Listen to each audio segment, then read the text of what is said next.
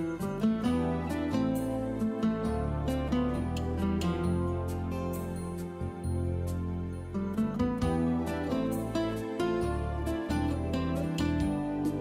would like to call to order and have a roll call to determine a quorum for the Redevelopment Authority Citizens Committee.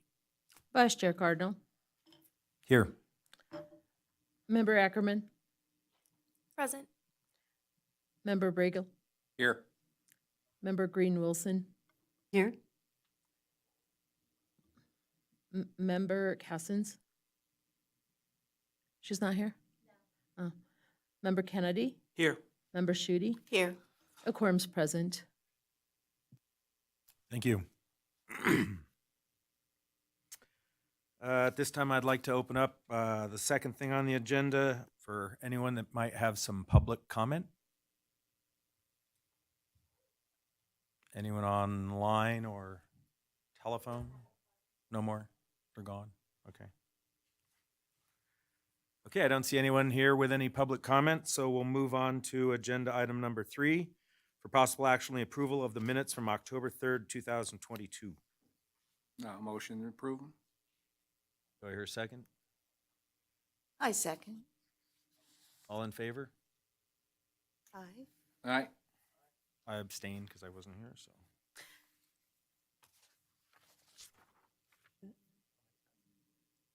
How many ayes is that?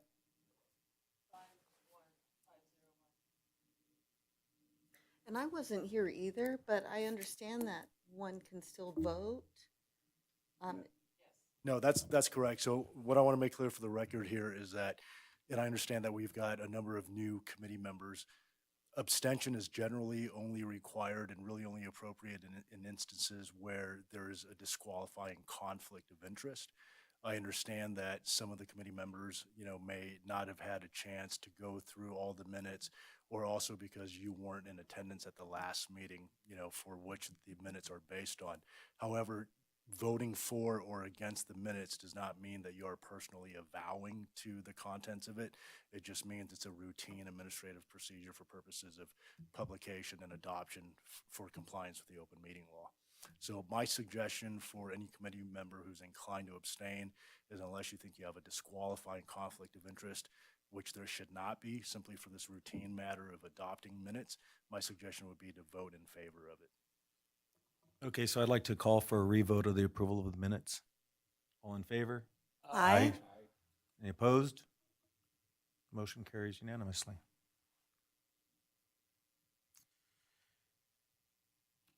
Okay, item 4A for possible action, discussion and possible action to elect chair and vice chair for the calendar year 2021.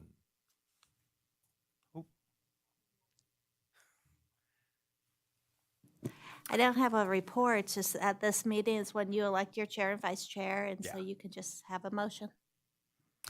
Well, I move to appoint Court Cardinal as chair. Second. All in favor? Aye. Aye. And any volunteers for vice chair? Anyone really, you up for it? Okay, I move that Richard is the nomination for vice chair for the year. I second. All in favor? Aye. Okay, motion carries. And Mr. Chairman, just for clarity of the record, those nominations were for a term of 1 year for the chair and the vice chair. Correct. For the calendar year, yeah. Okay, before we move on to 4B, we have some new members here on the committee. So if you'd like, Hope, why don't you introduce them? And then if you'd like to say a little bit about yourself and why you are excited to serve on this committee and help our community in this way. And if it's okay with the chair, maybe we just go down and whether you're old or new, you do a quick introduction so the new people will know the older ones. Sure. So, Member Ackerman? Hi, my name's Ashley Ackerman. It's on. I was born and raised in Carson City. I really want to give back to the community that raised me. I am newly into real estate and been managing property here in town for 6 years, so just thought I'd get in and share my vote. My name is Lee Kennedy. This is the second time I've been on the RACC committee. I was on it for about a year, and I had to leave because I took another job out of state. But I'm glad to be back, be part of this. Lisa Schutte, I'm on the Board of Supervisors, and so I was appointed to this committee and enjoy it, and it's super important. So thank you, everyone, for serving. Court Cardinal, I'm the president of Casino Fandango, owner of Casino Fandango, as well as the Marriott and the Galaxy Theater and some of the fun stuff we have up around here. So you've probably seen me around town, and I've been on this committee for quite a few years now. So I think I know how it almost all started and can go back, thank God, to clarify anything if it need be. Richard Bregel, this is my second year on the committee. I'm the owner and operator of Manjatuto and the Bank Saloon. Been in Carson City since 2015. So.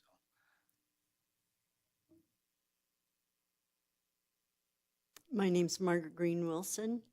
I recently served 3 years on the Board of Equalization, and so I'm pretty used to looking at plans, and I think the direction the city's going in is great, and I would like to be able to contribute to it.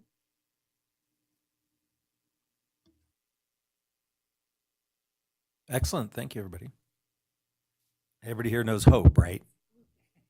I'll introduce myself briefly. I actually just met people this evening. Hope Sullivan, I'm the Community Development Director. I've worked with the city for a little more than 6 years. I was the planning manager, became the Community Development Director in May 2021, so the redevelopment part of the city is still somewhat new to me.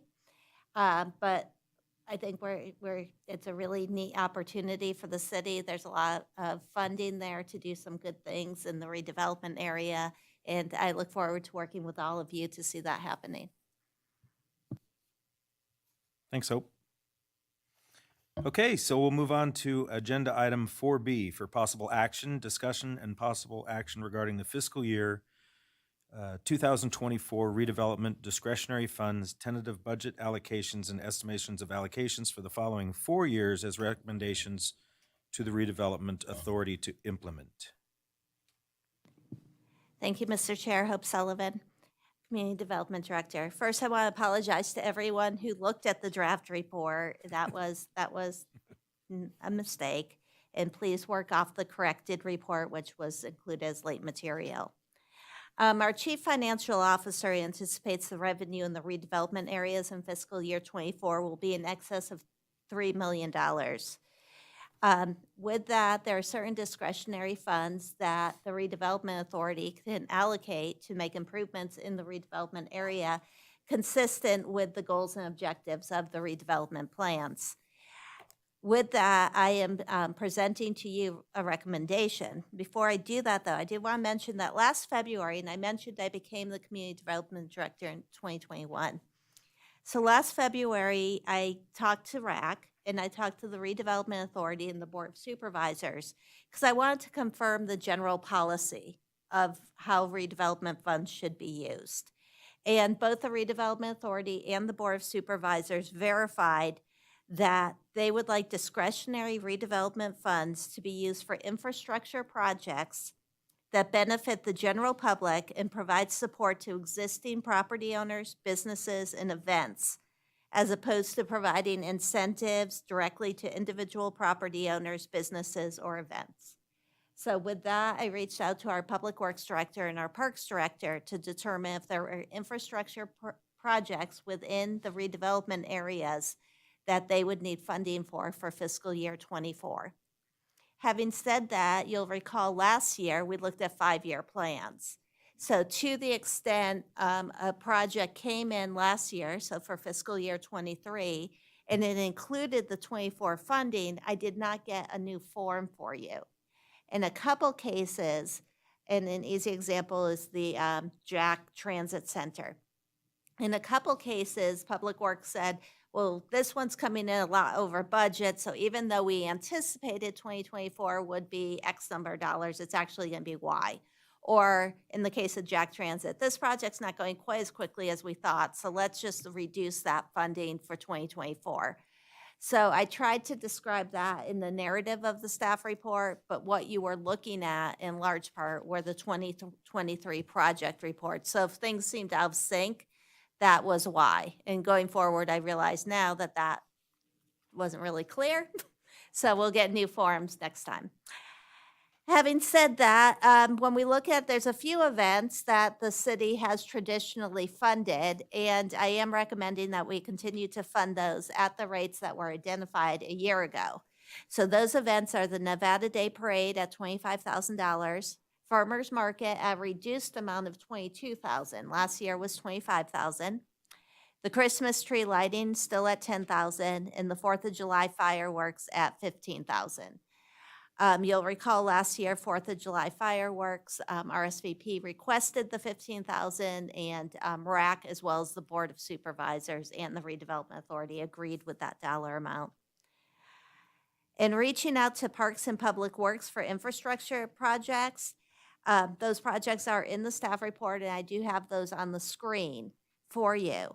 I don't plan to go through every single project individually, but our Deputy Public Works Director, our City Engineer, and our Parks and Recreation Director are all present if you need more detail on any of these projects. If these projects are funded as requested, we would still have a fund balance in excess of $400,000, should something else come up. You will see some dollar amounts went up pretty high, like the engine house arches. But again, we have some things being delayed, like the Jack Downtown Transit Center. So again, I don't want to make this too brief, but if you do have questions about any specific project, the team's here to answer those questions. And what your role is today is to look at this proposal and to make a recommendation to the Redevelopment Authority concerning discretionary funding. Thank you. Thanks, Hope. I have one, this is Chair Cardinal, I have one question kind of that strikes out at me. What was the reason we didn't do the Michael Hall incentive last year, but it continues on starting this year and moves forward? I'm sorry, the which incentive? The Michael Hall Oh. incentive, which shows nothing for last year, and then we go back Right. into the 250,000. Actually, I haven't included any of the car dealer incentives. Our finance director really tracks that with the car dealers and identifies that dollar amount. So I actually can't speak specifically to those, but to the extent there was a contractual obligation to make a payment, those payments were made, and they'll continue to be made until the terms of the contract are up. But because that's contractual, I don't really group it with the discretionary, because we just have a contractual obligation to pay that. So Okay. not a good answer, but Yeah, it just struck me funny because it's not there.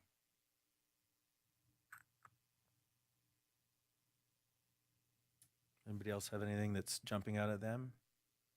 So to clarify, the 400,000 left in this particular pot, that wouldn't have anything to do with the Michael Hole incentive. Is that correct? And I guess it is a little I'm sorry. Understood. Because it also talks about Compani and, sure. What the chair's referring to is a fiscal 23 budget item, not a Right. fiscal year 24 budget item. You'll see there is a dollar amount for fiscal year 24. Okay.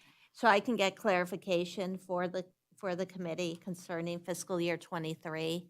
But I tend not to look at those numbers really closely because I rely on the finance director to tell me what our contractual obligation is. Probably just an error on the sheet because I don't recall any of those being done at any point in time, so.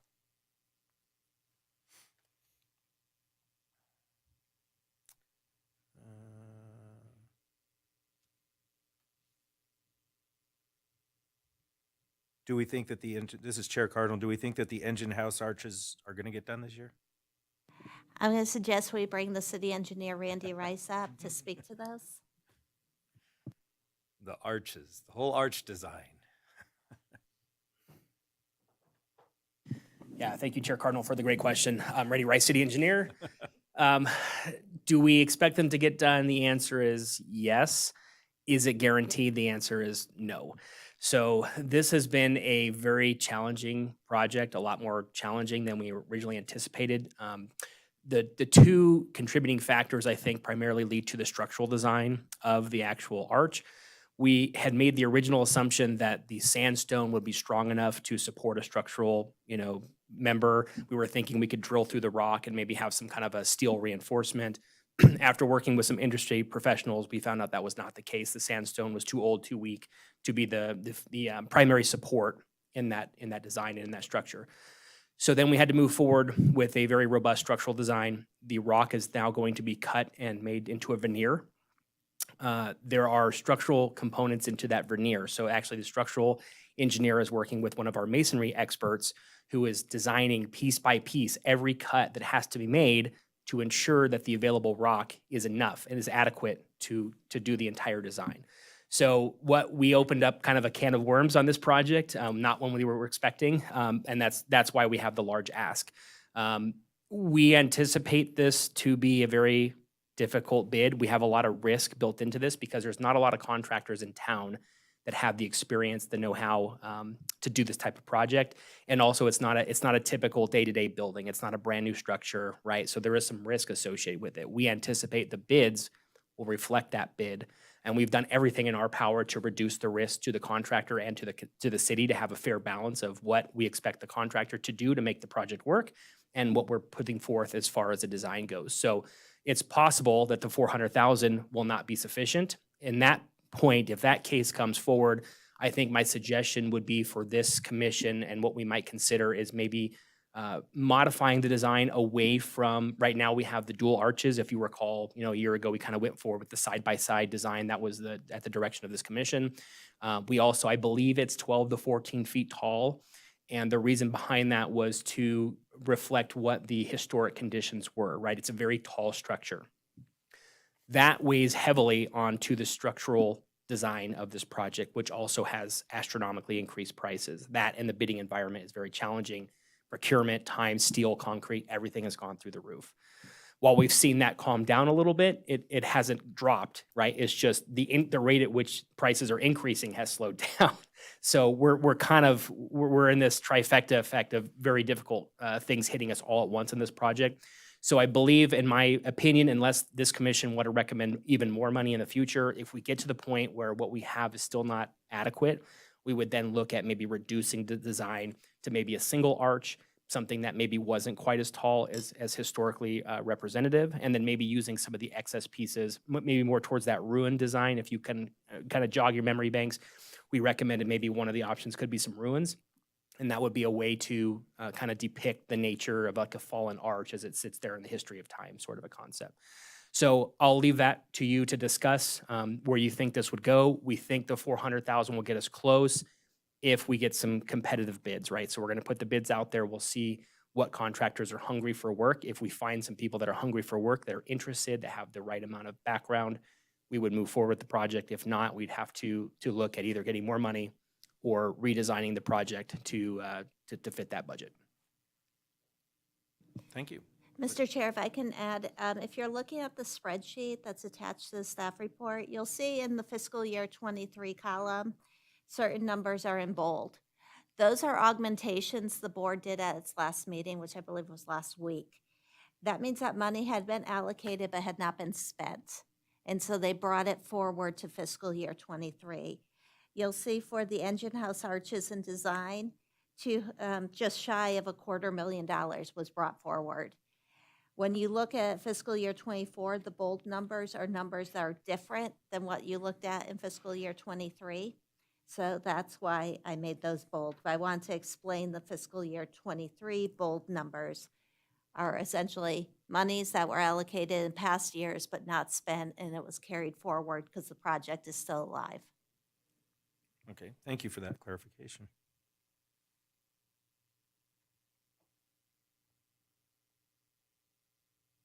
Well, I think the engine house arches and design, I think it's an incredibly important project. it truly is a part of Carson City's history, and it really ties into our slogan about our history, past, present, and looking forward. And I think this is an important way to incorporate that. And so I am in support, even with the higher price. In any of us who have lived in Carson for a long time,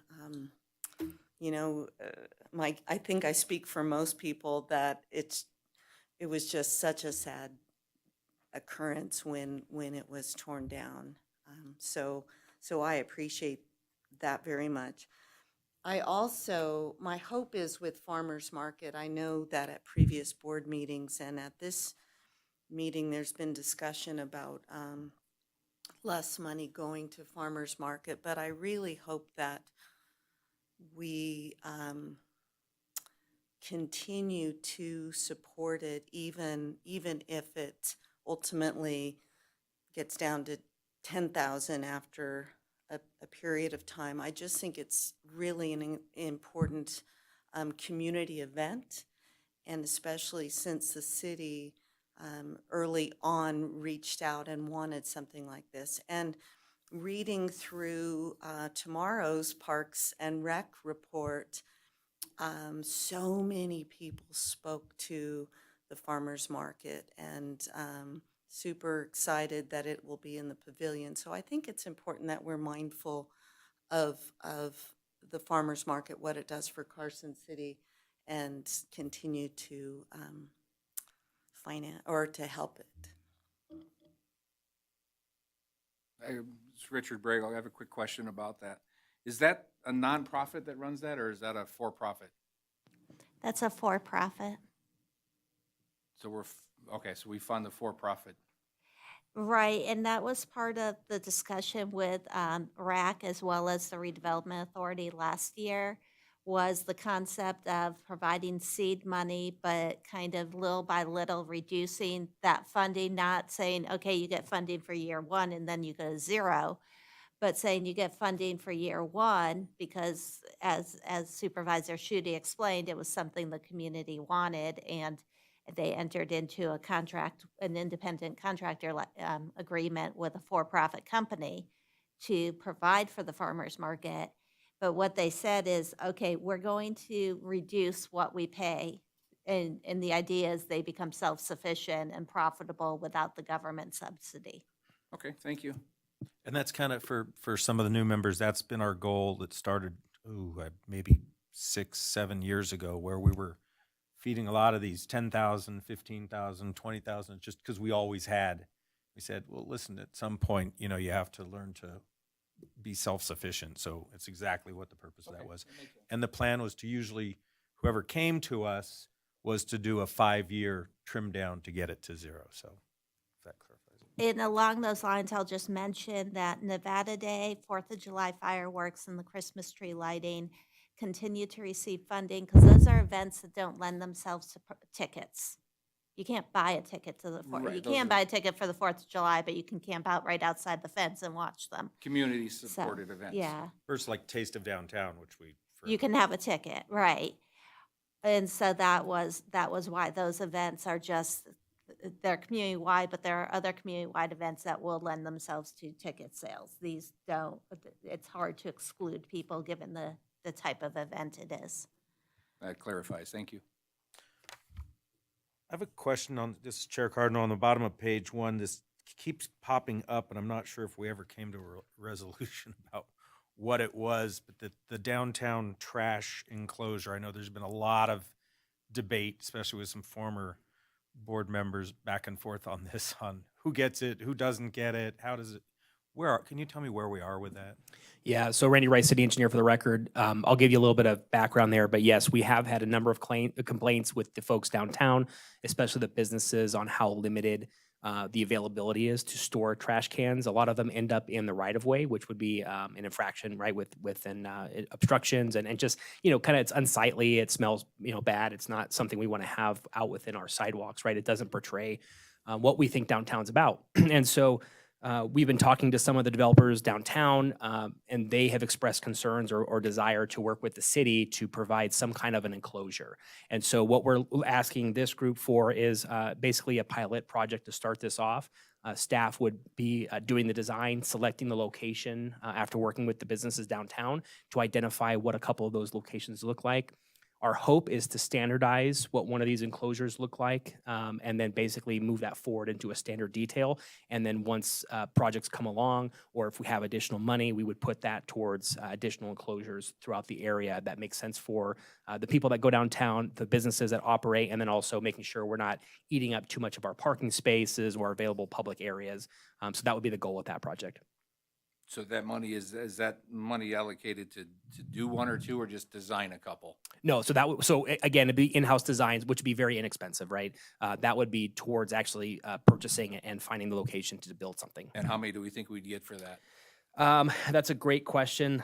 Probably one or two. Okay. Yeah.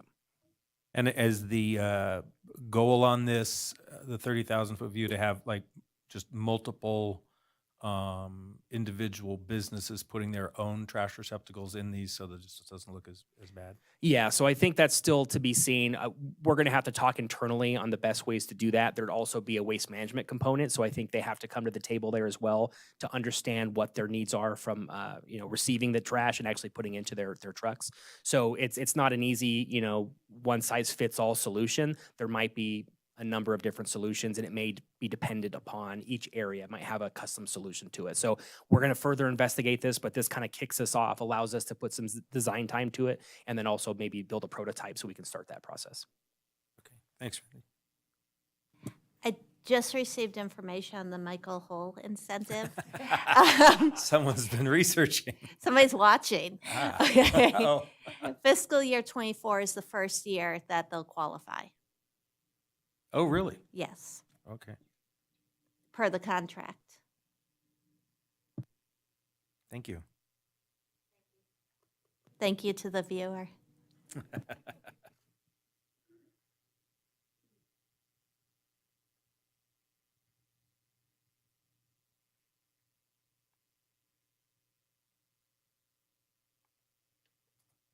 On the Fuji Park improvements, was that, if recollection is right, the 192,900, is that for the sound system? Or the bleachers? Oh. Well, that's the Marv Texera sound system. Yeah, Fuji and, Good friends in town. yeah. That'd be Jennifer, one good sound system if you could hear from all the way across town. Jennifer Budge, Parks and Recreation Director. For the new members, we brought the updated park master plan for Fuji to the redevelopment committee last year.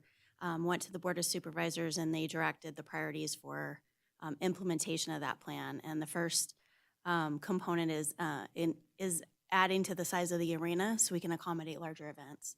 So that's what that funding will go towards. Okay. And we're already in design for that now. Thank you. Yeah.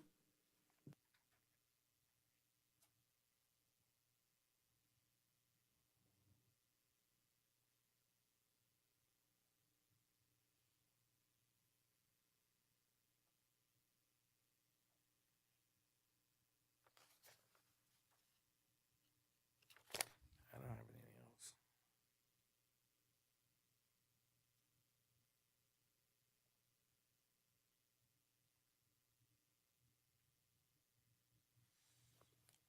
Does any member have any other questions on this? I've seen this a lot of times, so. Yes. Mayor Ackerman, as far as the redevelopment of the downtown sidewalks in the Kit Carson Trail area, do we have something put in place to make sure that trail gets restored afterwards? The Kit Carson Trail, the blue line that walks across the sidewalk. So I don't know if I've considered that or not. Dan, our Deputy Public Works Director, can correct me if I'm wrong, but generally, if we run across the coins or anything within the sidewalk, those would be added or re-included back in any new sidewalk that we do. Okay, perfect. It'd be sore to lose it.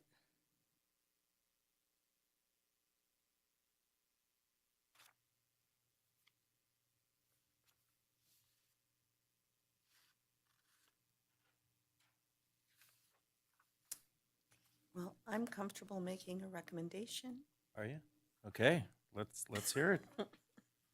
So I move to recommend to the Redevelopment Authority approval of the fiscal year 2024 redevelopment budget with the inclusion of discretionary funding as proposed. For a second? Second. I'll second. Richard, he was the loudest second, so. Thank you. Why, who was louder? You were louder. Why, who else was up? Lee? Lee was on. All right, all in favor? Aye. Aye. Any opposed? Motion carries unanimously. Thank you all.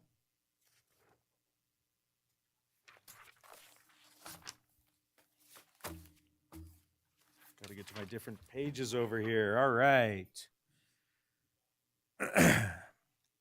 Okay, we're up to item 4C for possible action, discussion, and possible action regarding the expenditure of up to $22,000. I think that's a comma and a period. $22,197.50 from the Facade Improvement Program Fund for the facade improvement to the building located on 210 South Carson Street, known as Kaleidoscope, redevelopment area number 1. Thank you, Hope Sullivan, Community Development Director.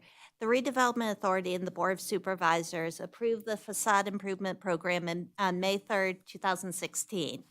A total of $50,000 has been budgeted in FY23, and this is the first application of the fiscal year. The general purpose of the facade improvement program includes to improve the appearance of the commercial areas through building rehabilitation, to encourage business owners in the revitalization process, and assisting in the reuse of vacant buildings. The subject request is for a building address as 210 South Carson Street, and it involves the western facade, which faces Curry Street. The subject property is across the street from the 3rd Street parking lot, which was recently renovated with the use of redevelopment monies. The subject facade clearly looks like a back of house. Staff is supportive of a facade improvement and will be supportive of other facade improvements along Curry Street, as the city's recently invested in the improvement of Curry Street utilizing redevelopment money. So essentially, what we have on Curry Street to a certain extent, particularly the east side of Curry Street, is a lot of back of house, right? The front of the buildings on Carson, that looks nice, but then it's not as inviting on Curry. The city just made a huge investment on Curry, and a lot of that was redevelopment money. We also made a big investment at the 3rd Street parking lot. And so I think opportunities to take these back of house type facades and make them more inviting and more like the front of house, so you can have a building with 2 front of house facades, is a positive, particularly on Curry.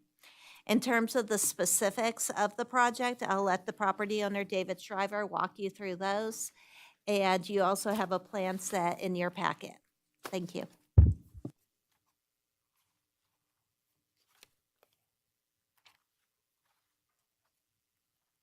still trying to find it. Good evening, committee members. I appreciate your time this evening, and thank you for volunteering. I don't think.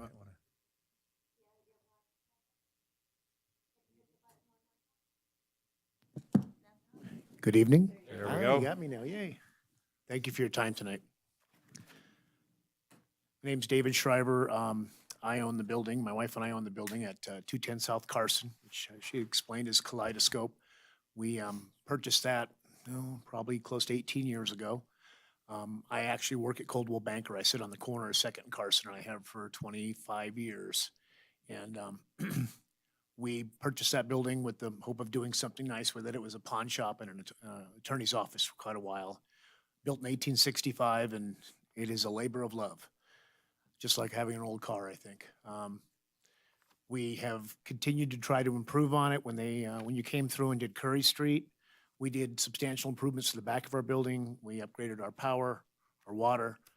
We had the sewer changed out, just a lot of things to try to bring the building into more modern, bring it up to code. With the improvements on 3rd Street, we do get a lot of foot traffic back there, and when the farmer's market was on the city parking lot back there, we were kind of forefront. We do have been doing things as we go along. One of the things we have to keep in mind also is that we are in a major floodplain. The water comes rolling down King Street. The city turns it right there at King and Curry and aims it at Fifth Street, and it comes right across the back of our building. I have the only basement on the block, actually the only basement I'm aware of in Carson City anymore. We do flood, so for the last 3 decades, I've been the first one to sandbag, the first one to pick up trash, shovel snow, all that stuff. So I try to be a good steward for the block, and I'm really looking to upgrade the back of my building and make it look nice. Because I think the city's spending a lot of money, and I'm a big fan of Carson City, so I'm just doing what I can here. Not sure how this goes. You ask me questions, or what do we do? Specifics. Specifically, starting at the back of the building, which is beyond the roof line, which is the old back of the building before they abandoned they abandoned most of the alleys back in the 30s. And a lot of those buildings on Second, they filled in the alleyways. So up on the roof behind, I've got an elevation there. I want to stucco that. I want to come down, add a porte cochere. On the walls there, those are basically flood walls. Those were put in back in the 60s or 70s. They are covered now, but I want to stucco and brick those. I want to, the back wall, which is all glass and doors from probably the late 60s, early 70s, I want to remove all those 4x8 sheets of glass and put stucco and brick walls in and put in some more modern windows to help with the heating and cooling. I need to change out some doors, which are quite old also. And the picture you couldn't tell that was up there, but they have since raised the building, which was Mercury Cleaners. We have common walls with Mercury Cleaners. And they are presently being supported or not supported with metal. They're unfired brick and with no steel or anything in them. So what I'm hoping to do is by changing out the facade, I'm also going to improve the structural viability of the building for racking, going side to side, and try to increase the strength of it and also the look. In the front of my building 5 or 6 years ago, we did stucco and brick, and we did old metal. We tried to do kind of a old Carson City industrial look, and I think we dolled it up real nice. And with new just everything looking good, and that's kind of what we want to do. We want to do the same type of look on the back. It'll be structural, it'll be visual. I think it'll tie in with what's been going on Curry. And with Mercury Cleaners gone now, we've got a big hole. And that's going to be that way for probably 5 years at least. They're going to be they brought trucks in tonight to start drilling wells for some of the EPA issues they've got going on over there. That was quite a brownfield site, so we're working on all that. So this is Chair Cardinal. You're recessed back about how far? It's about 80 feet.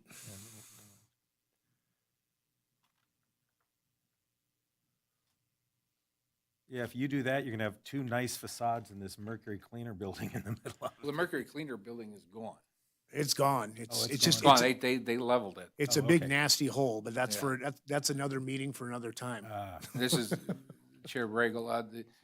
So the gravel going to your building, is that included in here to be like a parkway or a walkway of some sort? That is, something a at this point, it's been parking, and if this farmer's market was there, we let them utilize that somewhat for. So those are parking spaces? Yeah, that's parking for now, yes. Ideally, down the road, that might change, but that's what it is at this point, yes. The lot is 23 feet wide and 170 feet long. It runs from Curry to Carson. Anything with the cleaners building? Is that being rebuilt or anything that can be discussed? Right now, as Mr. Shriver mentioned, that is, it's a groundwater contamination situation. And so NDEP is addressing that, and it will be a multiple-year project. And they needed to get their equipment in there, they needed to essentially remove the front facade. And it's, right now, I think it's fencing, and they're supposed to put a banner over it, which last time I was out there was not up yet. So it will be a few years before we see it, quite a few years before we see anything at Mercury Cleaners.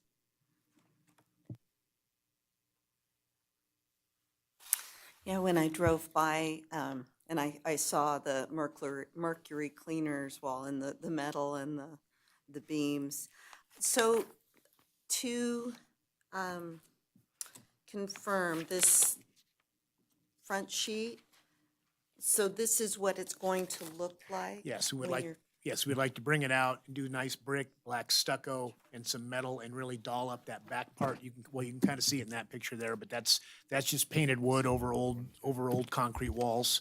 And it's stucco blocking wall stays up with the. That's not stucco, but it's gonna be. It's gonna be brick and stucco. The pony walls The there. white wall is not stucco at this point, but it will. No, that's wood, but it was built back, like I said, the original owner I bought it from, he built that because his building flooded so many times that he built that to help protect his building. And you sandbag the front. And I said, well, I sandbag across the whole back of the parking lot. I mean, we get 2 foot high when it's rolling hard down that street.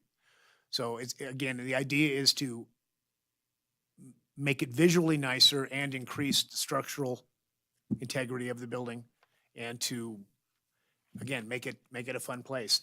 We do a lot of Nevada Day parties. We pretty much take over Second Street on Nevada Day and then move it over there. It's a, you ever go by and see a fire, come stop.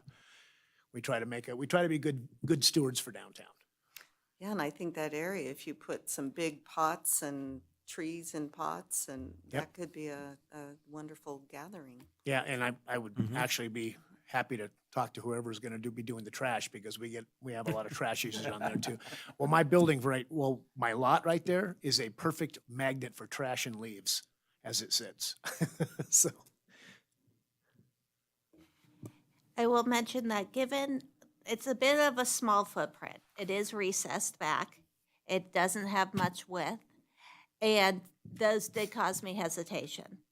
The reason I am recommending approval is because of the amount of investment that just occurred on Curry Street, and I'd like this to start hopefully a trend where people whose back of house is on Curry will start considering snowball making it more effect. inviting. well, that whole block, I mean, we have the bandstand probably 50 feet away is where the bandstand, 60 feet away on Third Street. So it's a very popular, I mean, my wife is actually the food and beverage manager, that building right there at Piazza. So we are always right there, and it's a very popular spot. So, yeah, we'd like to make it look nicer too, on top of everything else. Well, without the cleaners there now, it would stand out even more Yeah, it's the going. way it currently is versus what you want to do to it. So, does anybody have any other questions that they'd like to ask? I'm okay with putting a motion forward to go ahead and approve this. Yeah. Any public comment? Nope. Public's MIA tonight. Okay, so do I hear a motion? Yes. Approve. Can we have to read the motion. Read the motion, I'm Yeah. sorry. So just read 4C. 4C.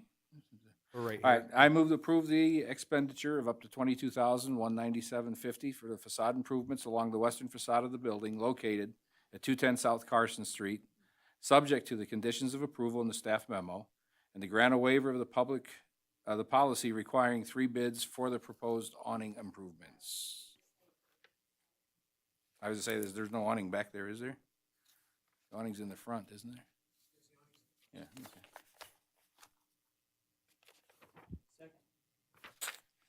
All in favor? Aye. Opposed? Motion carries unanimously. Congratulations. Thank you all very Looks much. like you're going to have a nice looking project there. Well, hopefully. They should clean that up real nice. Yeah.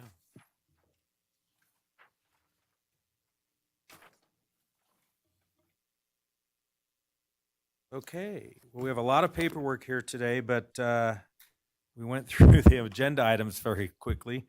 So, any staff report? No, just again, I apologize, we messed up when we posted, so I apologize if anyone went through that draft report and couldn't make sense of it. Otherwise, just to recap, what you all have the authority to do is you have the authority to grant funds for the facade grant, as part of the facade grant program. So that's what you did, it's up to a 50% match. And you just made recommendations to the board, considers for some capital improvements. So as you go around the city and you see these improvements, this is the redevelopment money. Otherwise, no, I have nothing. Thank you. Okay, thank you, Hope. Any RAC members have anything to report? Well, I just want to thank you for all the work you do. Really, but it's true. And I mean, and even, I know that the 4B and the wrong material, but you know what? There's always so much going on, and that's the whole thing about redevelopment as well. And all the funding in this time of year. So thanks for what you do. I second that. Thanks, Hope. And welcome to the new folks. Yeah, and welcome. We're only one person shy tonight, so we almost had everybody here. So okay, any closing public comments? I see none. So as of 6:15 p.m., I officially adjourn RAC.